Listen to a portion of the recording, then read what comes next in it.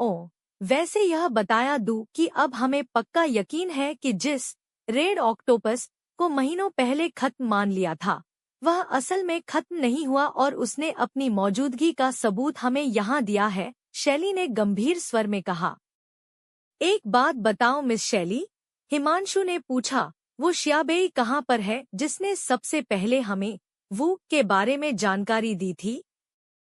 जब हम bomb blast से जूझने वाले थे उससे एक दिन पहले ही चीन में उसके वेस्टवार्ड फैक्शन बेस पर हमला हुआ था, जो कि जाहिर सी बात थी कि ईस्टवार्ड फैक्शन ने ही किया था, इसलिए उसे यहाँ से निकलना पड़ा था और अगले ही दिन हमारे यहाँ पर बम ब्लास्ट हुआ। जिससे एक बात तो साफ हो गई थी कि ईस्टवार्ड फैक्शन ने यह सब बहुत ही बड़ी योजना के साथ किया था, शैली ने अतिरिक्त जानकारी दी। श्याबेई के जाते ही बम ब्लास्ट करना और नित्या को अपना मोहरा बनाकर जय के खिलाफ इस्तेमाल करना। अगर जय कोई बहुत ही आम इंसान होता तो वो अपनी चाल में कामयाब भी हो जाते। हाँ, मैं भी इस बात पर सहमत हूँ, हिमांशु ने कहा, और अगर आसुना हमारे साथ यानी मेरी टीम के साथ नहीं होती तो आज मेरी टीम भी जिंदा नहीं होती, हिमांशु ने हल्के से मुस्कुरा कर कहा।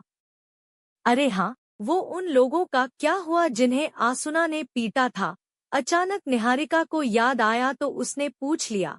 वो लोग वैसे भी इलाज के बाद बेस की ही हाई सिक्योरिटी जेल में बंद थे। वो लोग एक बहुत ही बड़ा सबूत थे, उनके पास जानकारी होने की पूरी संभावना थी, इसलिए सभी हिमांशु से उस बारे में जानना चाहते थे। उन लोगों से पूछताछ की। आज ही की बात है। पता चला कि वो लोग कॉन्ट्रैक्ट किलर्स हैं जिन्हें चाइनीज अंडरवर्ल्ड से यहाँ बुलाया गया था। हिमांशु की बात पर सभी का ध्यान था। वो सभी एक ही परिवार के हैं और उन्होंने पुनीत का धन्यवाद किया कि उसने उनकी बहन की जान बचाई, इसलिए उनसे बात बहुत ही आराम से हो गई। उन्हें कुछ खास जानकारी नहीं थी वू के मिशन को लेकर, पर उन्होंने ईस्टर्न फैक्शन की पथ श्रृंखला के बारे में कुछ इंटरेस्टिंग बताया। हिमांशु जरा रुका। उसने सभी के चेहरे देखे जो बिना शब्द के चीख कर कह रहे थे कि रुक क्यों गया, जारी रख। हिमांशु ने सांस ली।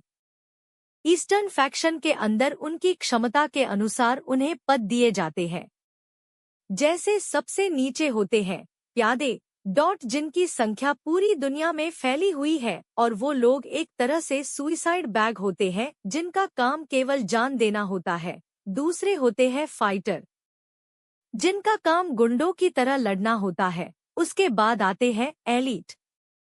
ये वो लोग होते हैं जिन्हें लड़ाई का सीधा प्रशिक्षण वू के अंदर से मिलता है।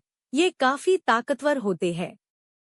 फिर आते हैं ऑफिसर, जो एक एरिया के अंदर इन सभी पर निगरानी रखते हैं और गैंग संभालते हैं।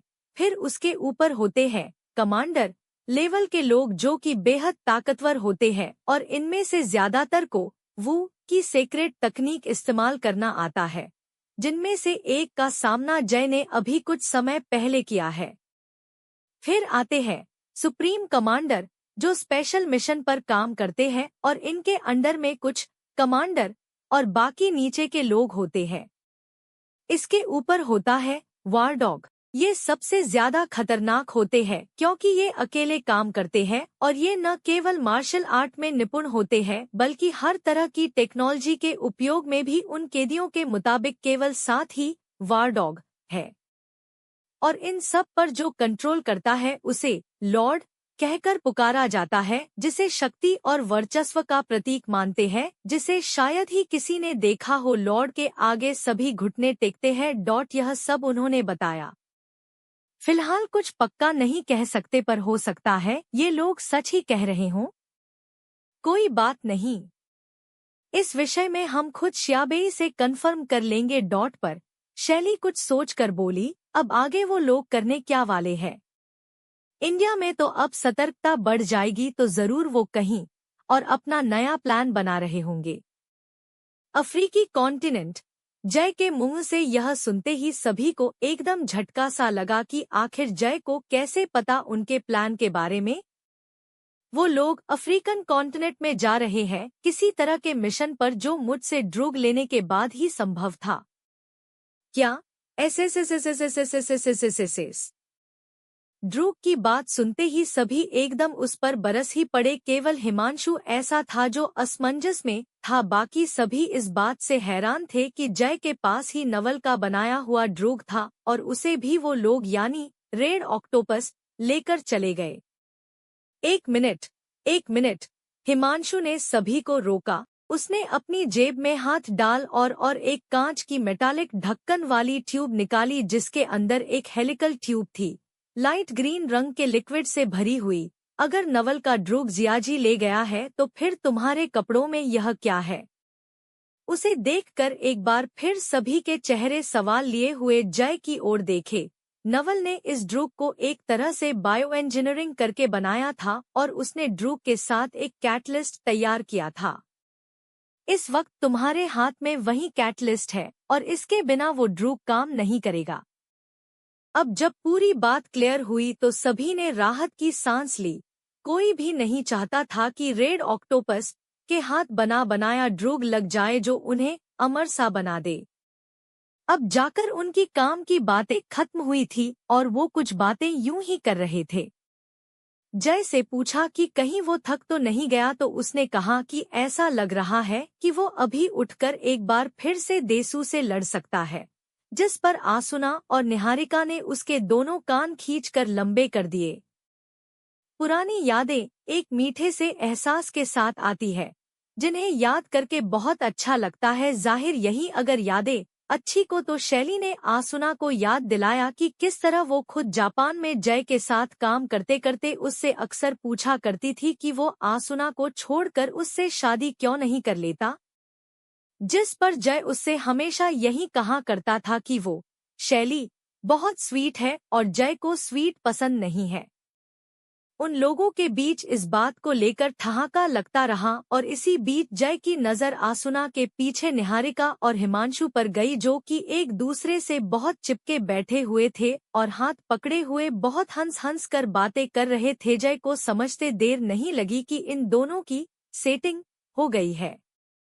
जय ने ऐसे ही जरा अपनी आवाज तेज करते हुए पूछा, तो तुम दोनों का क्या चल रहा है?